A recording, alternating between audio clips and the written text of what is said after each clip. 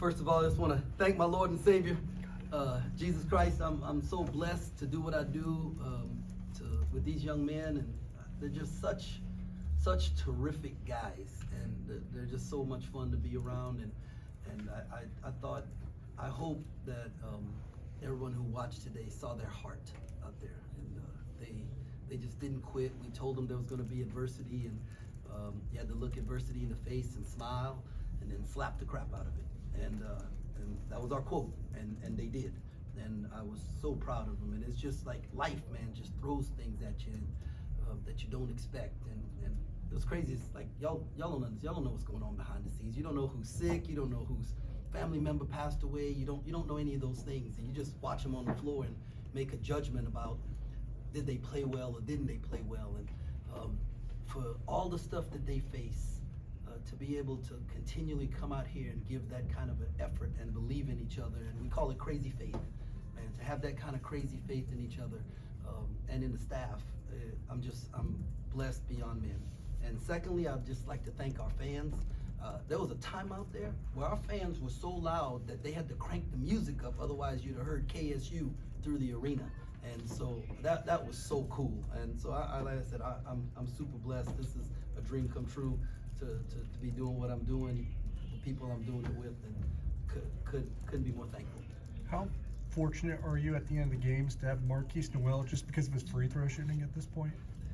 Man, I'm fortunate for 40 minutes a game to have Marquise Noel out there. All right, that's like, and he missed a minute and a half of game time, like, you know, and we're trying to figure out a way to get him rest, but yeah, we're fortunate to have him. But I mean, I think Ish is like 95% too, so. And Cam Carter makes big free throws. That's just what he does. And so, yeah, I'm very, very blessed. What happened on the technical foul? I was too demonstrative. I didn't say anything. I made sure the radio, my mom heard that I didn't say nothing that would have gotten me a tech. But I was demonstrative. I was demonstrative on purpose. It felt like there was some tic-tac calls that went their way, that resulted in and ones, and there was some physical plays that didn't go our way, that didn't result in what I wanted. And then from that point on, it was 24-13 the score. And so I believe that it inspired our guys to play a little bit harder, to fight a little harder, and I felt like it impacted the way the refs called the game. You've come in here after the last few games and kind of talked about how players might be battling some personal things right now. To be able to get two important wins like this, how much of a respite do you think that can be for some of the personal battles that they might be going through, without getting into those details, obviously? Yeah, no, I think the brotherhood, the fact that they get to be with each other and support each other, and you know, have a chance to be on the floor and not think about what's going on and just play the game of basketball. That's real good. But I'm so proud of my staff, and for Annie and Deja, who are our mental health and wellness coaches that pour into our guys and are there for them in all kind of situations. We're blessed to be able to provide that kind of service to our players, and our staff and our team take advantage of it. And so just constantly trying to make sure our guys are doing well away from basketball, because that's more important than whether they're putting the ball in the hole or not. You guys had lost 4 or 5, but now you've won 3 straight. What have you found? Is there anything that you can say that weaves those things together that you found in the last several games? I think the 4 or 5, like I think maybe 3 of those were on the road, right?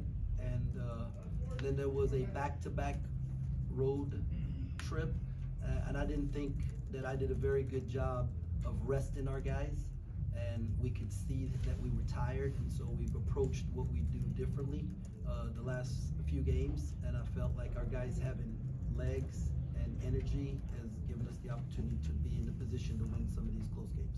Coach, just how satisfying is it to finally win away from home once again? Man, anytime you win, it's satisfying, and I know they're fired up because we're going to Marble Slab, so you know, road dubs, you get dessert, so here we go. How does Marquise lead in, you know, the huddle, late game situations? What does he say to the guys? What does he do to be a leading Well, first of all, he's vocal, and he's very assured of himself with what he says. Like, this is what we're gonna do. This is how we're gonna do it. We're gonna get it done. You know, and then he asks questions. Like, if we're explaining something, he will ask a question that maybe one of the other guys might have at the time, but he's sharp enough to pick up that they may not want to ask that question, and he asks the right question at the right time. But more importantly, man, he steps out there and he lays it on the line, man. You know, I mean, like, win or lose, he's not afraid of the moment, and I think the guys rally around that. How much do you think Desi Sills helps you with some of those big guys? Desi was big time. You know, I don't know what his. Look at his stat line: 3 for 7, 4 for 4 from free throw line. I mean, 4 rebounds. You know, I thought Des was big, and especially on that under OB. You know, when he was able to beat his man and get the layup. You know, that was huge. Coach, what does it mean to sweep OSU for the first time since the 18-19 season? It means we got 10 wins in conference, and you know, we get to keep going. It's hard to sweep anybody in this league. You know, and so Mike does a great job. They're a really good team. I think they're an NCAA tournament team, and you know, so anytime you get a win, you're just excited. You guys have obviously come back in games before, but to be able to do it on the road against a team that's quality defensively, what's that say about the toughness that you guys have been able to establish this season? We have some tough dudes, and they believe in each other, and they're willing to do all the little things to help you execute what you have to do down the stretch. And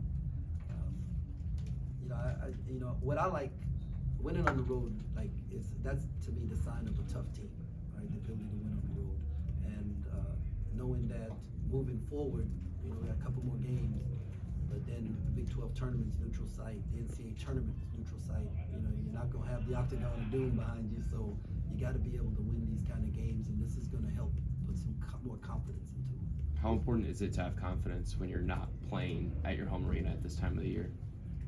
I mean, it's huge. You know, it's huge. Confidence is, you know, the belief that no matter what happens, you're gonna be able to respond. That's huge. How do you think? Which is more important, toughness or talent in this league? Cool. That is a talent. Toughness or talent, which is more important? Yeah, tough talent. Tough talent. That's what you gotta have, man. And you can't have like one without the other. You know what I mean? It's like there's some. I think in our league, I don't know. There's one soft team in our league, right? And I mean, every coach they preach toughness. I think we have like more national coaches of the year in the league than coaches gone to Final Four. We've got like 2 national championship coaches and multiple guys who've gone to the final. I mean, this is like a crazy league. So you got to have both. You have to have a combination of both, and then you hope they go out there and they execute. But you can be talented, you can be tough, and go out there and still lose games because this league is so good. What do you think it's going to be like or mean to you when you send off your first senior class in Bramlage on Tuesday night? Oh man, I'm just looking forward to going to get some marble slab. Try not to think about it. You're trying to make me cry. That's what you're trying to do. I'm not. I don't know. It's my first time, and senior nights have always been emotional because we're blessed for a long time to be able to bring in young guys and then have them for 5 years at Baylor, you know, and just see the maturity and all of that. And of recent, there's been, you know, transfers, and so you don't have them for as long, but it doesn't mean that you don't have a heart connection, you know. And so, yeah, last game in Bramlage for the year, you know, I mean, it's going to be special. Thank you, Coach. Appreciate it, guys.